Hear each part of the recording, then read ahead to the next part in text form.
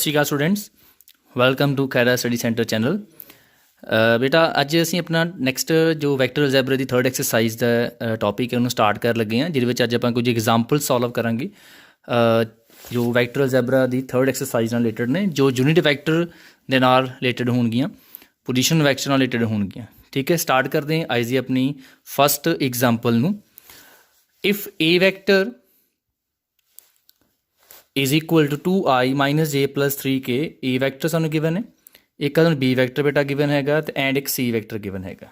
ठीक है, and then find a unit vector. असी इत्थे फाइंड करना जी यूनिट वैक्टर फाइंड करना, बट यूनिट वैक्टर फाइंड करना किवें? पैरलर टू दी वैक्टर, एक यूनिट वैक्टर फाइंड करो जिहड़ा इस वैक्टर दे की होए पैरलर होए।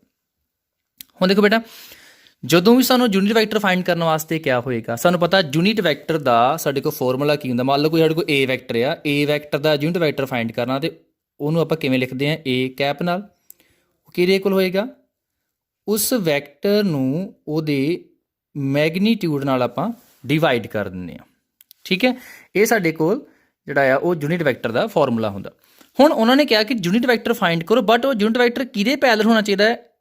ਇਸ ਵੈਕਟਰ ਦੇ ਪੈਰਲਲ ਹੋਣਾ ਚਾਹੀਦਾ ਆ। ਦੇਖੋ ਬੇਟਾ, ਸਭ ਤੋਂ ਪਹਿਲਾਂ ਜਦੋਂ ਵੀ ਯੂਨਿਟ ਵੈਕਟਰ ਫਾਈਂਡ ਕਰਨ ਵਾਸਤੇ ਆਏ, ਜੇ ਸਾਨੂੰ ਉਹਨਾਂ ਨੇ ਕਿਸੇ ਡਾਇਰੈਕਸ਼ਨ ਦੇ ਪੈਰਲਲ ਕਿਹਾ ਜਾਂ ਕਿਸੇ ਡਾਇਰੈਕਸ਼ਨ ਵੱਲ ਨੂੰ ਕਿਹਾ, ਜਿਸ ਡਾਇਰੈਕਸ਼ਨ ਦੀ ਜਾਂ ਜਿਸ ਪੈਰਲਲ ਵੈਕਟਰ ਦੀ ਗੱਲ ਕਰਦੇ ਪਏ ਆ, ਪਹਿਲਾਂ ਅਸੀਂ ਉਹ ਵੈਕਟਰ ਫਾਈਂਡ ਕਰਨਾ ਆ। ਠੀਕ ਹੈ, ਸਭ ਤੋਂ ਪਹਿਲਾਂ ਸਾਡਾ ਜਿਹੜਾ ਕੰਡੀਸ਼ਨ ਹੈ ਉਹੀ ਹੋਣੀ ਚਾਹੀਦੀ ਹੈ ਕਿ first of all we find this vector. ਜਿਸ ਵੈਕਟਰ ਦੇ ਪੈਰਲਲ ਕਿਹਾ ਪਹਿਲਾਂ ਉਹ ਵੈਕਟਰ ਫਾਈਂਡ ਕਰ ਲਓ।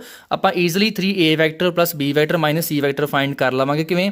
ਆ ਦੇਖੋ ਜੀ, 3a vector plus b minus c vector find ਕਰਾਂਗੇ। 3 ਇੰਟੂ ਆਪਾਂ ਇੱਥੇ a ਵੈਕਟਰ ਵੈਲੀ ਪੁੱਟ ਕੀਤੀ, ਫਿਰ ਪਲੱਸ b ਵੈਕਟਰ, ਫਿਰ ਬੇਟਾ ਆਪਾਂ ਮਾਈਨਸ c ਵੈਕਟਰ ਲਿਖਿਆ, c ਵੈਕਟਰ ਨੂੰ ਮਾਈਨਸ ਨਾਲ ਮਲਟੀਪਲਾਈ ਕੀਤਾ। ਕਲੀਅਰ ਜੀ?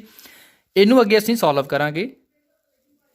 ਸੋਲਵ ਕੀਤਾ, ਜਿਵੇਂ 3 2 ਜਾਂ ਸਾਡੇ ਕੋਲ ਆ ਜਾਏਗਾ ਇੱਥੇ ਬੇਟਾ 6 ਆ ਜਾਏਗਾ ਸਾਡੇ ਕੋਲ 6i, ਤੇ ਪਲੱਸ i ਕਰਾਂਗੇ 7i, ਤੇ ਮਾਈਨਸ 3 ਕਰਾਂਗੇ ਸਾਡੇ ਕੋਲ 4i ਆ ਜਾਣਾ। ਸਿਮਿਲਰਲੀ ਸਾਡੇ ਕੋਲ ਮਾਈਨਸ 6j ਅਤੇ ਪਲੱਸ 13k ਕੈਪ ਸਾਡੇ ਕੋਲ ਆ ਜਾਏਗਾ। ਇਹ ਸਾਡਾ ਆ ਗਿਆ ਜੀ 3a plus b minus c vector.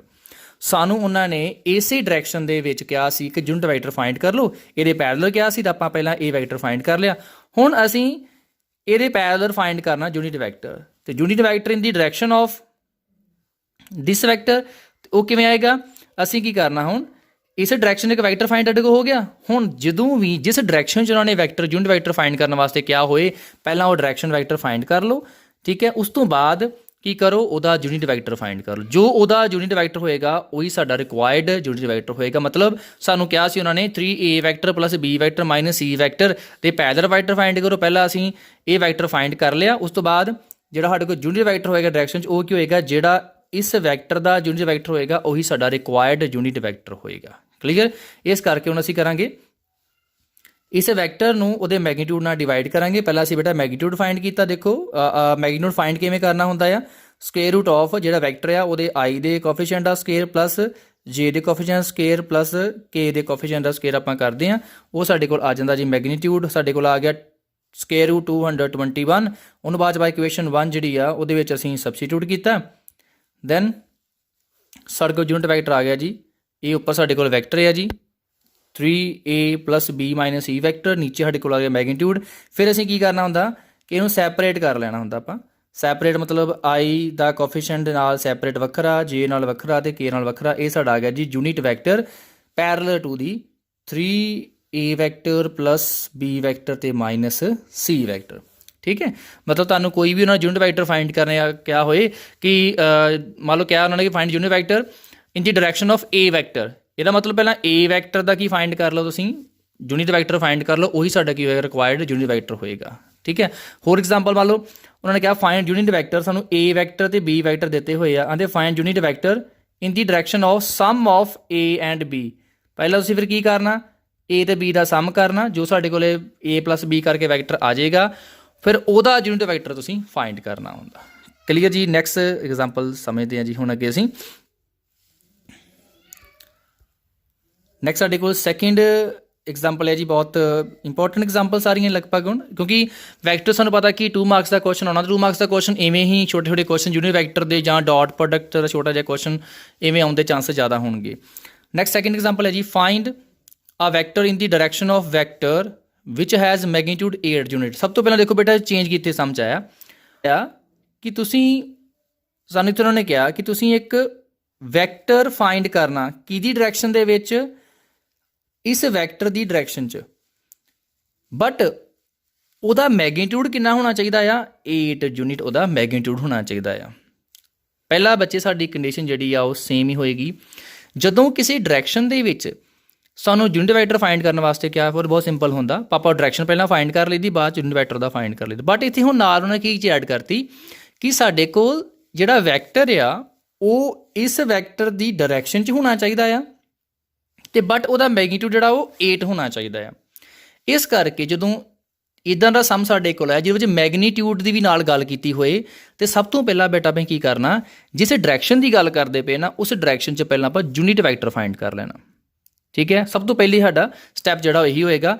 ਉਸ ਤੋਂ ਬਾਅਦ ਅਸੀਂ ਜਿਸ ਮੈਗਨੀਟਿਊਡ ਦੀ ਉਹ ਗੱਲ ਕਰਦੇ ਪਏ ਆ ਉਸ ਵੈਲਿਊ ਨੂੰ ਯੂਨਿਟ ਵੈਕਟਰ ਨਾਲ ਮਲਟੀਪਲਾਈ ਕਰ ਲਾਂਗੇ। ਉਹ ਸਾਡੇ ਕੋਲ ਜਿਹੜਾ ਵੈਕਟਰ ਆਏਗਾ ਉਹ ਹੋਏਗਾ ਇੱਕ ਵੈਕਟਰ ਜਿਹਦਾ ਮੈਗਨੀਟਿਊਡ 8 ਹੋਏਗਾ। ਜਿਵੇਂ ਫੋਰ ਐਗਜ਼ਾਮਪਲ ਮੰਨ ਲਓ ਕਿ ਮੈਂ ਕਹਿੰਦਾ ਕਿ ਮੇਰੇ ਕੋਲ ਨੰਬਰ ਇੱਕ 8 ਆ, ਮੈਂ ਕਹਿੰਦਾ ਕਿ ਜੇ ਮੈਂ 8 ਨੂੰ ਮਲਟੀਪਲਾਈ ਕਰਦਾ ਸਪੋਜ਼ 2 ਦੇ ਨਾਲ, ਤੇ ਮੇਰੇ ਕੋਲ ਆਨਸਰ ਕੀ ਆਏਗਾ ਬੇਟਾ, ਸਭ ਨੂੰ ਪਤਾ ਹੈਗਾ 16 ਆਏਗਾ ਆਨਸਰ ਮੇਰੇ ਕੋਲ। ਠੀਕ ਹੈ, ਹੁਣ ਮੈਂ ਕਹਿੰਦਾ ਕਿ ਮੈਂ 8 ਨੂੰ ਕਿਹੜੇ ਨੰਬਰ ਨਾਲ ਮਲਟੀਪਲਾਈ ਕਰਾਂ ਤਾਂ ਕਿ ਮੇਰਾ ਜਿਹੜਾ ਆਨਸਰ ਆ ਉਹ 8 ਹੀ ਆਏ। ਮੈਂ ਕਹੂੰਗਾ ਜੀ 1 ਨਾਲ ਮਲਟੀਪਲਾਈ ਕਰਾਂ, ਕਲੀਅਰ, 1 ਨਾਲ ਮਲਟੀਪਲਾਈ ਕਰਾਂਗਾ ਤੇ ਫਿਰ ਤਾਂ ਹੀ ਮੇਰਾ ਆਨਸਰ 8 ਆਊਗਾ। ਇਦਾਂ ਹੀ ਬੇਟਾ ਵੈਕਟਰ ਦੇ ਵਿੱਚ ਆ। ਸਪੋਜ਼ ਕਰੋ ਹੁਣ ਆਹ ਜਿਹੜਾ ਵੈਕਟਰ ਆਪਾਂ ਲੈਟ ਕੀਤਾ ਉਹ A ਵੈਕਟਰ ਆ।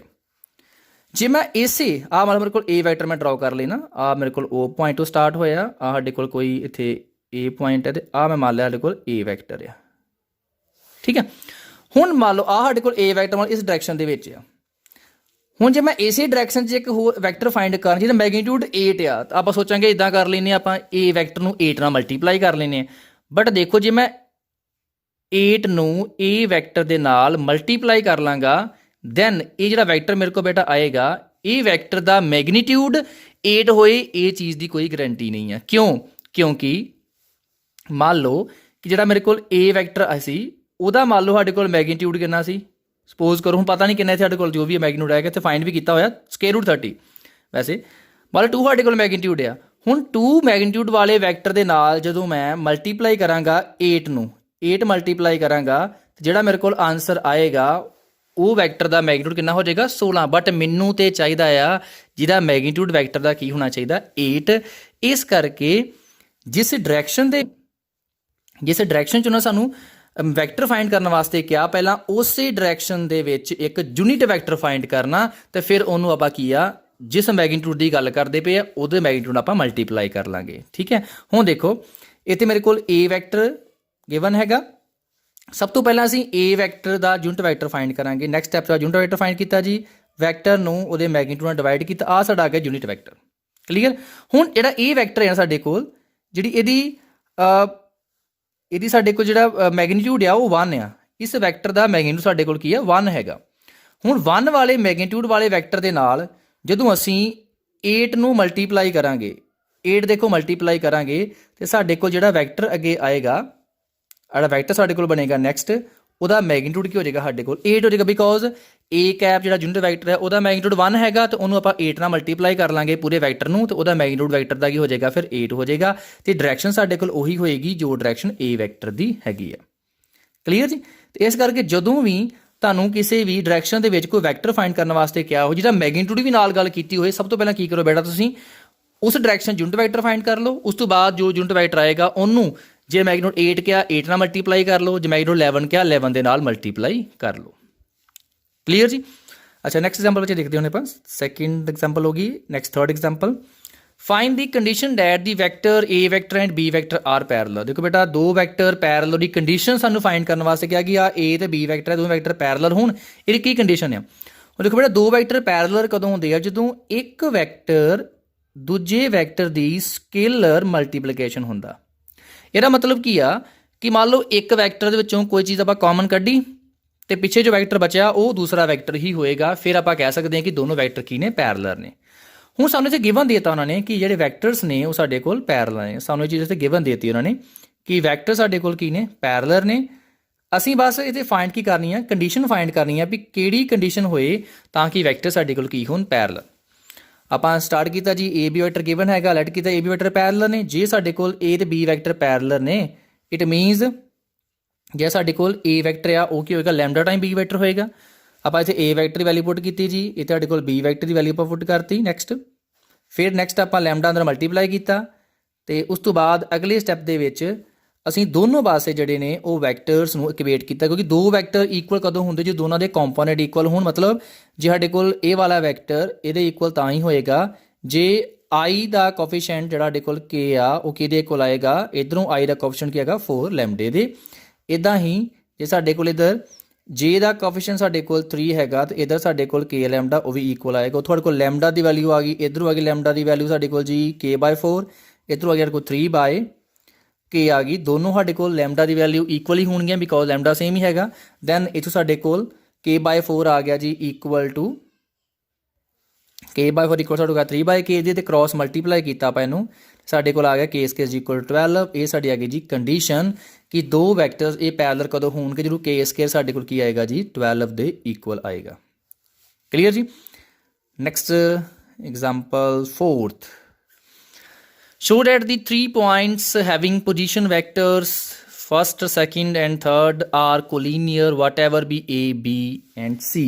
ਦੇਖੋ ਬੇਟਾ ਹੁਣ ਸਾਡੇ ਕੋਲ 3 ਪੁਆਇੰਟਸ ਦਿੱਤੇ ਹੋਏ ਆ, ਉਹਨਾਂ ਦੇ ਪੋਜੀਸ਼ਨ ਵੈਕਟਰ ਦਿੱਤੇ ਹੋਏ ਸਾਨੂੰ ਤਿੰਨੋਂ ਪੁਆਇੰਟਸ ਦੇ। ਹੁਣ ਮੰਨ ਲੈਂਦੇ ਆ ਕਿ ਸਾਡੇ ਕੋਲ ਜਿਹੜਾ ਪਹਿਲਾ ਪੋਜੀਸ਼ਨ ਵੈਕਟਰ ਆ, ਪਹਿਲਾ ਪੋਜੀਸ਼ਨ ਵੈਕਟਰ ਸਾਡੇ ਕੋਲ ਹੀ ਦਿੱਤਾ ਹੋਇਆ, ਜਿਹੜਾ ਪਹਿਲਾ ਪੋਜੀਸ਼ਨ ਵੈਕਟਰ ਆ ਆਪਾਂ ਮੰਨ ਲੈਂਦੇ ਆ ਇਹ ਸਾਡੇ ਕੋਲ a ਪੁਆਇੰਟ ਦਾ ਆ, ਠੀਕ ਹੈ।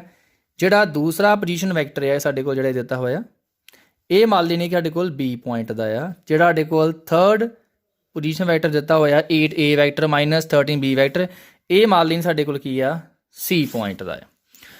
ਅਸੀਂ ਸ਼ੋ ਕਰਨਾ ਕਿ a b c ਕੀ ਨੇ, ਕੋਲੀਨੀਅਰ।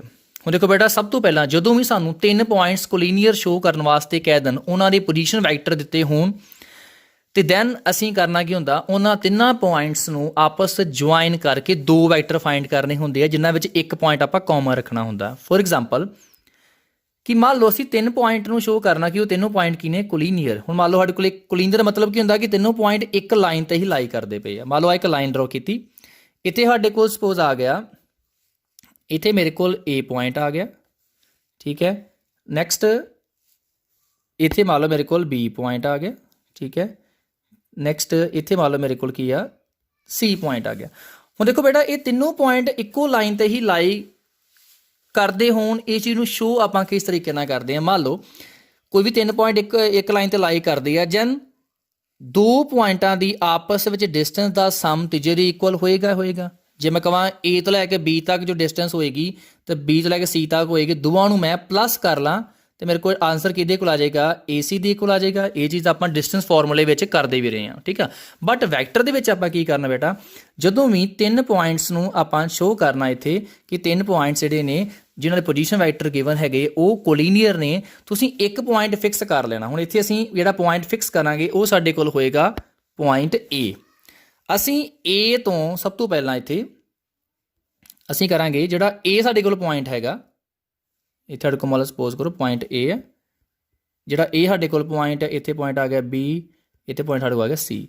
ਅਸੀਂ A ਨੂੰ ਫਿਕਸ ਰੱਖ ਕੇ ਪਹਿਲਾਂ ਬੇਟਾ ਫਾਈਂਡ ਕਰਾਂਗੇ AB ਵੈਕਟਰ, ਠੀਕ ਹੈ।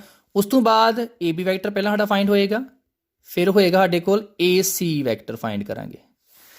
ਹੁਣ A ਤੋਂ ਹੀ ਦੋ ਵੈਕਟਰ ਸਟਾਰਟ ਕੀਤੇ ਨੇ, ਇੱਕ AB ਵੈਕਟਰ ਇੱਕ AC ਵੈਕਟਰ। ਜਦੋਂ ਇਹ ਇੱਕ ਵੈਕਟਰ ਦੋਨਾਂ ਚੋਂ ਦੂਜੇ ਦੀ ਸਕੇਲਰ ਮਲਟੀਪਲ ਹੋ ਗਿਆ, ਇਹਦਾ ਮਤਲਬ ਇਹ ਕਿ ਫਿਰ ਇਹ ਦੋਨੋਂ ਵੈਕਟਰ ਆਪਸ ਕੀ ਨੇ, ਪੈਰਲਰ। ਆਪਾਂ ਅਸਲ ਹੁਣ ਸ਼ੋ ਕੀ ਕਰਨਾ, ਜਦੋਂ ਵੀ 3 ਪੁਆਇੰਟਸ ਨੂੰ ਆਪਾਂ ਕੋਲੀਨੀਅਰ ਸ਼ੋ ਕਰਨਾ, ਇੱਕ ਪੁਆਇੰਟ ਫਿਕਸ ਰੱਖ ਕੇ ਉਹਦੇ ਤੋਂ ਪਹਿਲਾਂ ਦੂਜੇ ਪੁਆਇੰਟ ਵਾਲਾ ਵੈਕਟਰ, ਫਿਰ ਉਹਦੇ ਤੀਜੇ ਪੁਆਇੰਟ ਵਾਲਾ ਵੈਕਟਰ ਫਾਈਂਡ ਕਰ ਲੈਣਾ। ਇਹ ਹੁਣ ਦੋਨੋਂ ਵੈਕਟਰ ਦੇਖੋ ਲਾਈਨ ਤੇ ਇੱਕੋ ਜਾ ਰਹੀ ਸਾਡੇ ਕੋਲ ਨਾ, ਇਹ ਦੋਨੋਂ ਜਿਹੜੇ ਵੈਕਟਰ ਨੇ AB ਤੇ AC ਇੱਕੋ ਲਾਈਨ ਤੇ ਨੇ, ਇਹਦਾ ਮਤਲਬ ਦੋਨੋਂ ਫਿਰ ਸਾਡੇ ਪੈਰਲਰ ਸ਼ੋ ਹੋ ਜਾਣਗੇ। ਤੇ ਪੈਰਲਰ ਸ਼ੋ ਕਿਵੇਂ ਹੋਣਗੇ, ਜਦੋਂ ਇੱਕ ਦੂਜੇ ਦਾ ਸਕੇਲਰ ਮਲਟੀਪਲ ਹੋਏਗਾ। ਜੇ ਦੋਨੋਂ ਵੈਕਟਰ ਪੈਰਲਰ ਸ਼ੋ ਹੋ ਗਏ ਤਾਂ ਮਤਲਬ ਉਹ ਤਿੰਨੇ ਪੁਆਇੰਟਸ ਕੀ ਨੇ, ਕੋਲੀਨੀਅਰ ਨੇ, ਕਿਉਂਕਿ ਇਹ ਜਿਹੜਾ ਸਾਡੇ ਕੋਲ AB ਤੇ AC ਵੈਕਟਰ ਆ, ਜਿਹੜੇ 3 ਪੁਆਇੰਟਸ ਆ ਉਹ ਆਪਣੇ AB AC ਵੈਕਟਰ ਪੈਰਲਰ ਹੋ ਗਿਆ, ਤੇ ਜਿਹੜਾ A ਪੁਆਇੰਟ ਤਿੰਨਾਂ ਵਿੱਚ ਹੀ ਕਾਮਨ ਹੈਗਾ ਦੋਨਾਂ ਵੈਕਟਰ ਦੇ ਵਿੱਚ, ਇਟ ਮੀਨਸ ਫਿਰ ABC ਸਾਡੇ ਕੋਲ ਹੋ ਜਾਏਗਾ ਕੋਲੀਨੀਅਰ। ਕਲੀਅਰ। ਇਸ ਕਰਕੇ ਜਦੋਂ ਵੀ ਬੇਟਾ ਅਸੀਂ ਫਾਈਂਡ ਕਰਨਾ ਕਿ ਇਹ ਸ਼ੋ ਕਰਨਾ ਕਿ ਸਾਡੇ ਕੋਲ 3 ਪੁਆਇੰਟਸ ਜਿਨ੍ਹਾਂ ਦੇ ਪੋਜੀਸ਼ਨ ਵੈਕਟਰ ਜਿਹੜੇ ਨੇ ਉਹ ਦਿੱਤੇ ਹੋਣ ਤੇ ਉਹ ਕੋਲੀਨੀਅਰ ਨੇ, ਸਭ ਤੋਂ ਪਹਿਲਾਂ ਕੀ ਕਰੋ, ਉਹਨਾਂ ਤਿੰਨੋਂ ਜਿਹੜੇ ਪੁਆਇੰਟਸ ਨੂੰ ਲੈਟ ਕਰ ਲਓ। ਜਿਵੇਂ ਆਪਾਂ ਲੈਟ ਕੀਤਾ ਇੱਥੇ ਬੇਟਾ A B ਤੇ C, ਆਪਾਂ ਤਿੰਨੋਂ ਪੁਆਇੰਟ ਲੈਟ ਕਰ ਰਹੇ, ਫਸਟ ਨੂੰ A, ਸੈਕਿੰਡ ਨੂੰ B, ਥਰਡ ਨੂੰ C। ਸਭ ਤੋਂ ਪਹਿਲਾਂ ਅਸੀਂ ਫਾਈਂਡ ਕਰਾਂਗੇ AB ਵੈਕਟਰ, ਫਿਰ ਕਰਾਂਗੇ ਆਪਾਂ AC ਵੈਕਟਰ। AB ਵੈਕਟਰ ਕਿਵੇਂ ਫਾਈਂਡ ਕਰਾਂਗੇ, position vector of B minus position vector of A। Solve ਕਰ ਲਿਆ ਜੀ, ਪਹਿਲਾਂ B ਦਾ ਪੋਜੀਸ਼ਨ ਵੈਕਟਰ ਲਿਖਿਆ, ਫਿਰ A ਦਾ, ਦੋਨੋਂ ਮਾਈਨਸ ਕਰਕੇ ਆਪਾਂ ਸੋਲਵ ਕਰ ਲਿਆ। ਇਹ ਸਾਡੇ ਕੋਲ ਆ ਗਿਆ ਜੀ AB ਵੈਕਟਰ। ਦੈਨ ਅਸੀਂ AC ਵੈਕਟਰ ਫਾਈਂਡ ਕੀਤਾ ਜੀ, ਪੋਜੀਸ਼ਨ ਵੈਕਟਰ ਸਾਡੇ ਕੋਲ ਆ ਗਿਆ ਇੱਥੇ ਜੀ, ਪੋਜੀਸ਼ਨ ਵੈਕਟਰ ਸਾਡੇ ਕੋਲ ਆਏਗਾ C ਮਾਈਨਸ ਪੋਜੀਸ਼ਨ ਵੈਕਟਰ ਸਾਡੇ ਕੋਲ ਆਏਗਾ A। ਇਹ ਤੁਹਾਡੇ ਕੋਲ ਆ ਗਿਆ ਜੀ AC ਵੈਕਟਰ, ਇਹ ਸਾਡੇ ਕੋਲ AC ਵੈਕਟਰ ਆ ਗਿਆ।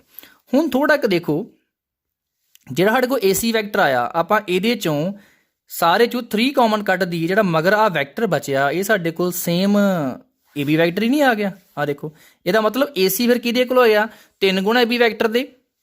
ਕਲੀਅਰ, ਮਤਲਬ ਜੇ AC ਵੈਕਟਰ ਕਿਹਦੇ ਇਕੁਅਲ ਆ, ਜਿਹੜਾ ਜਿਸ ਡਾਇਰੈਕਸ਼ਨ ਨੂੰ AB ਵੈਕਟਰ ਜਾ ਰਿਹਾ ਸੀ ਉਸੇ ਡਾਇਰੈਕਸ਼ਨ ਨੂੰ ਆ ਬਸ ਨਾਲ 3 ਆਪਾਂ ਮਲਟੀਪਲਾਈ ਕਰ ਦਈਏ। ਇਹਦਾ ਮਤਲਬ ਇਹ ਫਿਰ AB ਤੇ AC ਦੋਨੋਂ ਕੀ ਸਾਡੇ ਕੋਲ ਹੋ ਗਏ, ਪੈਰਲਲ ਹੋ ਗਏ।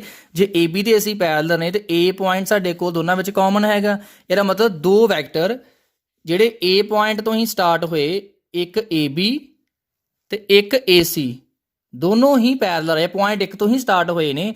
ਦੈਨ ਇਹਦਾ ਮਤਲਬ ਇਹ ਫਿਰ ABC ਸਾਡੇ ਕੋਲ ਕੀ ਹੋਣਗੇ, ਕੋਲੀਨੀਅਰ ਹੋਣਗੇ। ਕਿਉਂਕਿ ਮੰਨ ਲਓ ਸਾਡੇ ਕੋਲ ਜੇ ਇੱਕ ਦੂਜੇ ਦਾ ਸਕੇਲਰ ਮਲਟੀਪਲ ਨਾ ਆਉਂਦਾ, AB AC ਜਾਂ AC AB ਦਾ ਸਕੇਲਰ ਮਲਟੀਪਲ ਨਾ ਆਉਂਦਾ, ਤੇ ਸਾਡੇ ਕੋਲ ਦੋ ਕੰਡੀਸ਼ਨਾਂ ਹੋ ਸਕਦੀਆਂ ਨਾ। ਜਿੱਦਾਂ ਮੰਨ ਲਓ A ਪੁਆਇੰਟ ਤੋਂ ਵੈਕਟਰ ਇਦਾਂ ਵੀ ਸਟਾਰਟ ਹੋ ਸਕਦੇ ਸੀ, ਆ ਇੱਕ A ਤੋਂ B ਇੱਧਰ ਨੂੰ ਜਾ ਰਿਹਾ ਤੇ ਇੱਕ A ਤੋਂ C ਇੱਧਰ ਨੂੰ ਜਾ ਰਿਹਾ।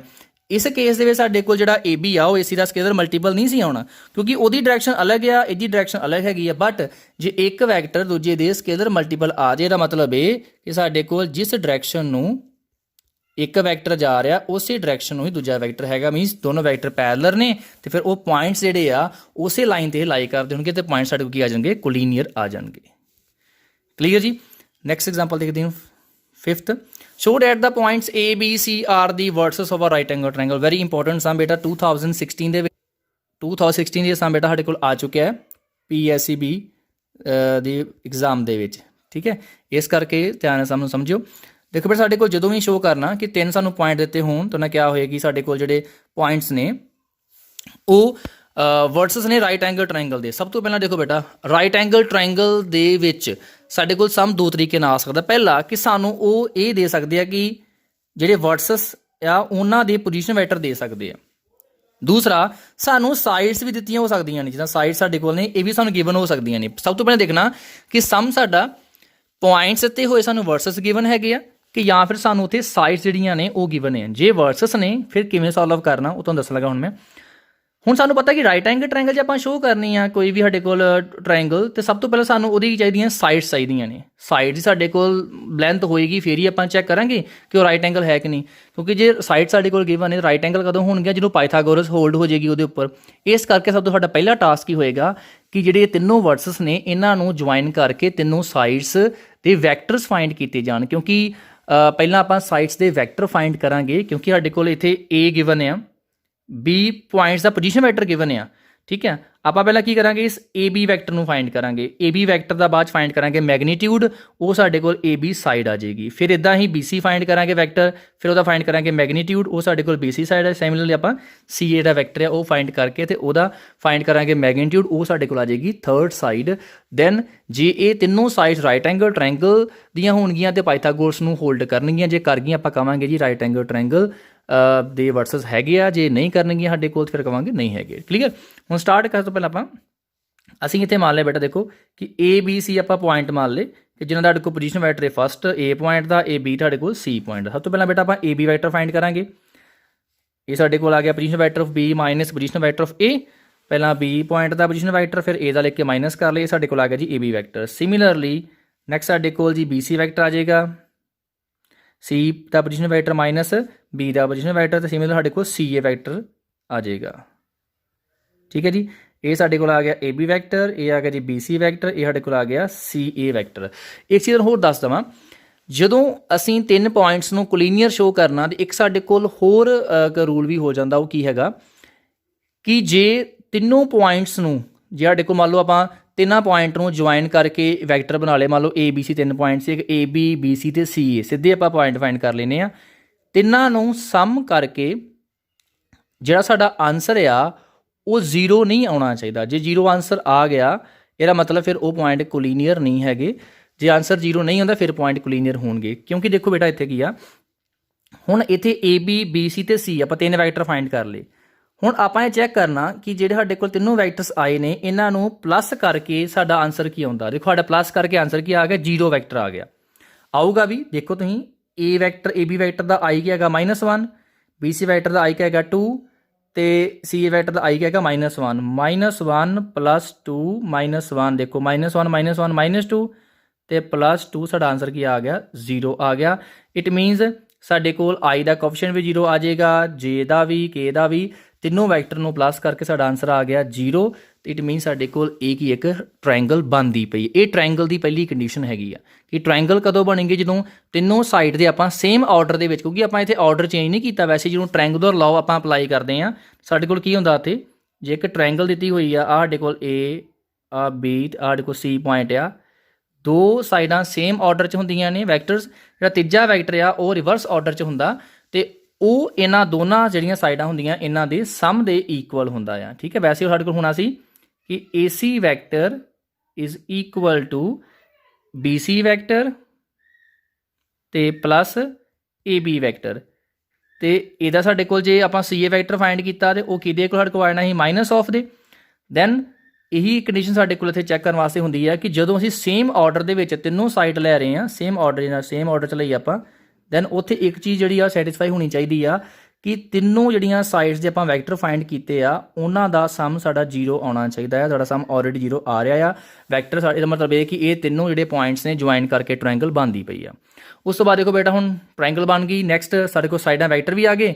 ਅਗਰ ਰਾਈਟ ਐਂਗਲ ਟ੍ਰਾਇੰਗਲ ਸ਼ੋ ਕਿਵੇਂ ਕਰਨੀ, ਤਿੰਨੋਂ ਜਿਹੜੀਆਂ ਸਾਈਡਸ ਦੇ ਵੈਕਟਰ ਨੇ ਉਹਨਾਂ ਦਾ ਫਾਈਂਡ ਕਰ ਲਓ ਜੀ। ਮੈਗਨੀਟਿਊਡ AB ਦਾ ਕਰ ਲਿਆ, BC ਦਾ ਕਰ ਲਿਆ, CA ਦਾ ਕਰ ਲਿਆ। ਦੇਖੋ ਜੀ ਅੱਗੇ ਹੁਣ ਸਿੱਧਾ ਦਿਖ ਰਿਹਾ ਕਿ ਜੇ ਆਪਾਂ ਇਹਦਾ ਸਕੁਏਅਰ ਕਰਦੀ, ਇਹਦਾ ਸਕੁਏਅਰ ਕਰਕੇ ਦੋਵਾਂ ਨੂੰ ਪਲੱਸ ਕਰ ਲਈਏ, ਸਾਡਾ ਆਨਸਰ ਕਿਹਦੇ ਕੋਲ ਆ ਰਿਹਾ 41 ਦੇ ਇਕੁਅਲ ਆਊਗਾ, ਜੋ ਕਿ ਸਾਡੇ ਕੋਲ ਥਰਡ ਜਿਹੜੀ ਸਾਈਡ ਉਹਦਾ ਸਕੁਏਅਰ ਹੈਗਾ। ਦੈਨ ਇਹਦਾ ਮਤਲਬ ਇਹ ਸਾਡੇ ਕੋਲ ਤਿੰਨੋਂ ਜਿਹੜੀਆਂ ਸਾਈਡਸ ਨੇ ਪਾਈਥਾਗੋਰਸ ਹੋਲਡ ਕਰਦੀਆਂ ਪਈਆਂ ਨੇ। ਇਟ ਮੀਨਸ ਇਹ ਸਾਡੇ ਕੋਲ ਰਾਈਟ ਐਂਗਲ ਟ੍ਰਾਇੰਗਲ ਦੇ ਵਰਟਸਸ ਹੋਣਗੇ AB ਤੇ C। ਕਲੀਅਰ ਜੀ। ਜੇ ਸਾਨੂੰ ਕਿਹਾ ਹੁੰਦਾ ਵੀ ਆਈਸੋਸੈਲਿਸ ਦੇ ਵਰਟਸਸ ਨੇ, ਫਿਰ ਸਾਡੇ ਕੋਲ ਕੀ ਹੋਣਾ ਸੀ, ਦੋ ਸਾਈਡਾਂ ਦਾ ਮੈਗਨੀਟਿਊਡ ਸੇਮ ਆਉਣਾ ਸੀ। ਕਲੀਅਰ। ਨੈਕਸਟ ਹੈਗੀ 6th ਐਗਜ਼ਾਮਪਲ ਜੀ। Right the direction ratio of the vector A vector and Hans calculate ਇਸ ਡਾਇਰੈਕਸ਼ਨ ਕੋ ਸਾਈਨ। ਦੇਖੋ ਬੇਟਾ ਸਾਨੂੰ ਕੋਈ ਵੀ ਵੈਕਟਰ ਦਿੱਤਾ ਹੋਏ, ਜੇ ਉਹਦੀਆਂ ਡਾਇਰੈਕਸ਼ਨ ਰੇਸ਼ੋਸ ਫਾਈਂਡ ਕਰਨ ਵਾਸਤੇ, ਅਗਰ ਇਹ ਲਾਸਟ ਸਾਡੇ ਕੋਲ ਐਗਜ਼ਾਮਪਲ ਜਿਹੜੀ ਆ